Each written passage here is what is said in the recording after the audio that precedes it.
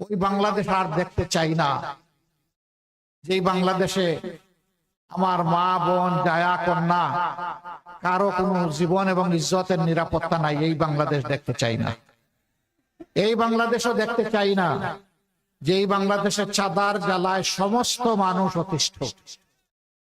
ওই বাংলাদেশও দেখতে চাই না নিরীহ মানুষের বিরুদ্ধে মিথ্যা মামলা দিয়ে তাদেরকে আদালতে হাজির করে হেনস্থা করা হয়, তাদের উপর পৈশাচিক নির্যাতন করা হয়। সেই বাংলাদেশও দেখতে চাই না।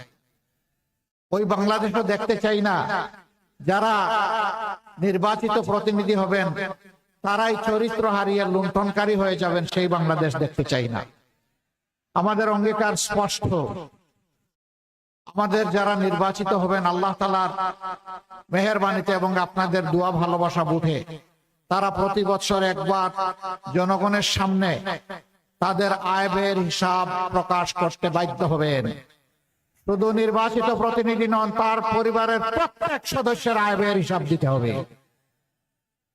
তিনি জনগণের সম্পদে হাত দিয়েছেন কিনা তা জানার অধিকার এই জনগণের অবশ্যই আছে।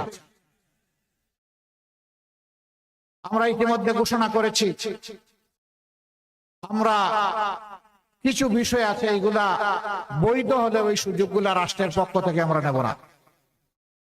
কোন প্লট অত্যন্ত স্বল্প মূল্যে যেটা এমপি মন্ত্রীদেরকে দেওয়া হয় সেই প্লট আমরা নেব না। আমরা বলেছি বিনা ট্যাক্সের গাড়ি আমরা কিনবো না। তৌফিক তাকে ট্যাক্স দিয়ে গাড়ি কিনবো, না তাকে রিক্সা চলবো, এইটাও যদি না তাকে পায়ে হাঁটবো। কিন্তু জনগণের তহবিলের অপব্যবহার করব না। এরকম আরো কিছু বিষয় আছে যেগুলা বাদ দিয়ে চলা যায়। সাধারণ জনগণ যেভাবে চলে আমরা ইনশাল্লাহ সেইভাবে চলবো। সম্মানিত ভাইরা, এই হবিগঞ্জ আমি শুনেছি এইটাও সন্ত্রাস কবলিত। আপনারা কি চান এই হবিগঞ্জ আর সন্ত্রাস কবলিত থাকো? যদি না চান তাইলে 12 তারিখ আপনারা সিদ্ধান্ত জানাবেন ইনশাআল্লাহ। যারা সন্ত্রাসের বিরুদ্ধে দাঁড়াবে তারা ন্যায় ইনসাফের পক্ষে ভোট দিবে, আর যারা সন্ত্রাসকে লালন করবে তারা অন্যদিকে ভোট দিবে। এই হবিগঞ্জ আলহামদুলিল্লাহ আল্লাহর অপূর্ব নিয়ামতে ভরপুর। এখানে হাওড় বাওড় বিল বাদর নদী নালা মৎস্য সম্পদ প্রচুর। এখানে খনিজ সম্পদ আছে, এখানে বনজ সম্পদ আছে, এখানে চা বাগান আছে, এখানে বাংলাদেশে যা দরকার সব কিছু আছে। কিন্তু হবিগঞ্জে যদি কেউ চলাফেরা করে বিবেক দিয়ে বলবে এটি আমার বাংলাদেশ নয়। সৎ মায়ের সন্তানের মতো আচরণ করা হয়েছে যুগ যুগ ধরে। এই ধারা আমরা পাল্টে দিতে চাই ইনশাআল্লাহ। আমাদের অঙ্গীকার, যে এলাকাকে যত বেশি বঞ্চিত করা হয়েছে আল্লাহ তাআলা আমাদেরকে দেশ পরিচালনার সুযোগ দিলে ওই এলাকা থেকেই সর্বপ্রথম আমরা উন্নয়নের কাজ শুরু করব। আমরা কারো উপর বেইনসাফি করব না। যার যেটা পাওনা তার ঘরে সেটা পৌঁছে দেওয়ার চেষ্টা করা হবে। এই টাকা আমরা যদি সরকারে যাই এটা আমাদের বাপ দাদার টাকা নয়। এই টাকা 18 কোটি মানুষের টাকা। 18 কোটি মানুষের টাকা 18 কোটি মানুষের জন্যই ব্যয় করা হবে ইনশাআল্লাহ। এখানে মেডিকেল কলেজ হয়েছে, এখনো পূর্ণাঙ্গ হাসপাতাল হয়নি, নিজস্ব ক্যাম্পাস গড়ে উঠেনি, দাঁড় করা ক্যাম্পাসে চলছে। দিন তো অনেক চলে গেল, বছরও অনেক চলে গেল। আমরা নাকি সিঙ্গাপুর হয়ে গেলাম, তারপরে আমাদের হাসপাতালটা এমন থেকে গেল কেন? ইনশাআল্লাহ আল্লাহ আমাদেরকে সুযোগ দিলে পূর্ণাঙ্গ মেডিকেল কলেজ হবে এবং মানসম্মত নিজস্ব ক্যাম্পাসের হাসপাতালে গড়ে তোলা হবে। এখানে বিশ্ববিদ্যালয় হয়েছে, সেই বিশ্ববিদ্যালয়ের একই হালত, এতিম অবস্থা। আমরা সেই এতিম অবস্থার অবসান ঘটাবো ইনশাআল্লাহ। এবং বিশ্ববিদ্যালয়গুলো শুধু কাগজের সার্টিফিকেট তৈরির কারখানা হবে না, দক্ষ জনবল তৈরির কারখানা হবে, যারা দেশ গড়ার কারিগর হবে ইনশাআল্লাহ। সেই শিক্ষা আমরা হাতে দেব। আমরা যুবকদের হাতে বেকার ভাতা তুলে দিতে পারবো না, বেকার ভাতা তুলে দেব না। আমাদের যুবকেরা কারো কাছে বেকার ভাতা চায় না। তারা চায় তাদের হাতে মর্যাদা দেওয়া হোক, তাদের হাতে মর্যাদার কাজ তুলে দেওয়া হোক। আমরা আমাদের জনবলকে নিয়ে আমাদের যে পরিকল্পনা, ইনশাআল্লাহ আমরা গ্রামকেও শিল্প বানাবো ইনশাআল্লাহ। বলবেন যে আপনারা কি কলকারখানা চালু করে দিবেন? হ্যাঁ দিব, কিন্তু সেই কলকারখানা হবে কৃষি ভিত্তিক কলকারখানা ইনশাআল্লাহ। সেখানে শিক্ষিত যুবকেরা মেধা যোগ্যতা দিয়ে গ্রামের চেহারা পাল্টে দিবে, আনন্দের সাথে মা বাপকে নিয়ে বসবাস করবে, গর্বিত হয়ে বলবে আমি বাংলাদেশ এবং এটা আমার বাংলাদেশ। যুবকরা তৈরি হয়ে যাও, আমরা তো বয়সের একটা প্রান্তে এসে গেছি। আমরা এই বাংলাদেশটা এখন তোমাদের হাতে সমঝাতে চাই। যুবকরা রেডি? দেখি কারা রেডি, হাত তুলেন। ও মা, সবাই দেখি যুবক।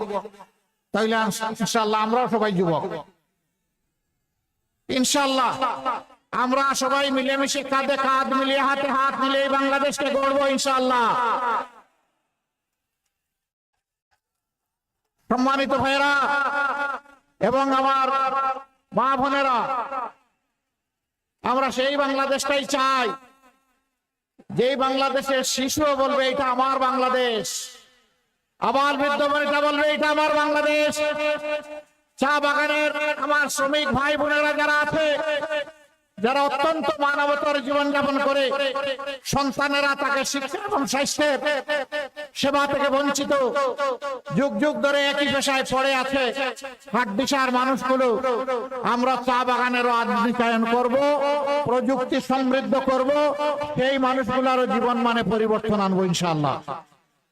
তাদের একটা সন্তানও শিক্ষার আলো থেকে বঞ্চিত হবে না। আমরা বারবার বলে আসছি, এই দেশে বংশানুক্রমে আমরা দেখতেছি রাজার ছেলে রাজা হয়, রানীর ছেলে রানী হয়। আমরা সে দ্বারা পাল্টে দিতে চাই। একজন সাধারণ শ্রমিকের সন্তান সে যদি মেধাবী হয় তাহলে তার মেধার বিকাশ ঘটিয়ে আমরা চাই সেও হবে আগামী দিনের বাংলাদেশের প্রধানমন্ত্রী ইনশাআল্লাহ। সেই রাজনীতিটাই আমরা চালু করতে চাই। এই রাজনীতির পক্ষে আপনারা আছেন? আলহামদুলিল্লাহ, মোবারক আপনাদেরকে। সম্মানিত ভাইরা, দুইটা ভোট। কয়টা ভোট?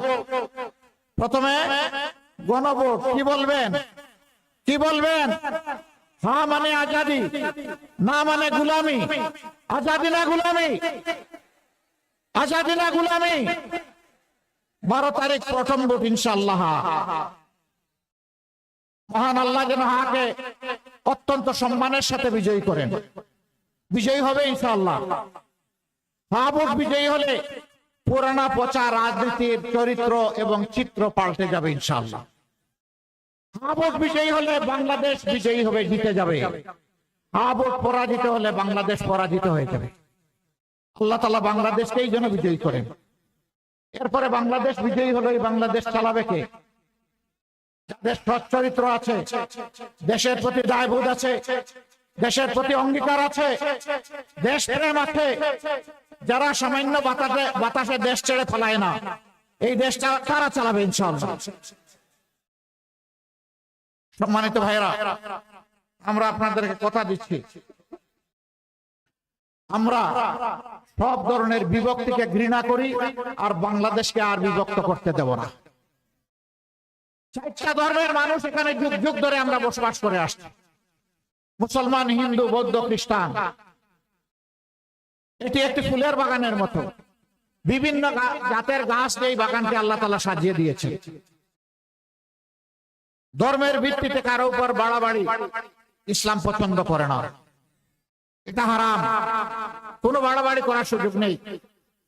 ধার্মিক মানুষ কোনোদিন অপর ধর্মের মানুষের কোনো ক্ষতি করতে পারে না। তার সাক্ষী বাংলাদেশের জনগণ। আমাদের বিরুদ্ধে, আলিম উলামার বিরুদ্ধে অনেক অভিযোগ আনা হয়েছে, কিন্তু একটি অভিযোগ কেউ প্রমাণ করার সাহস দেখাতে পারেনি। বরঞ্চ যারা অভিযোগ এনেছে তারাই ছিল লুটেরা, তারাই ওদের প্রতিসাধন করেছে। আমরা এই ধারা বন্ধ করে দেব ইনশাআল্লাহ। 5 তারিখের পরে জাতি সেই ধারাটাই দেখেছে। আমরা মিলেমিশে পরস্পরকে আমরা সহযোগিতা করেছি সামাজিক নিরাপত্তা নিশ্চিত করার জন্য। ইনশাআল্লাহ আগামীতে সেই সুযোগ পেলে আমরা সারা দেশে সেই নিরাপত্তা নিশ্চিত করব।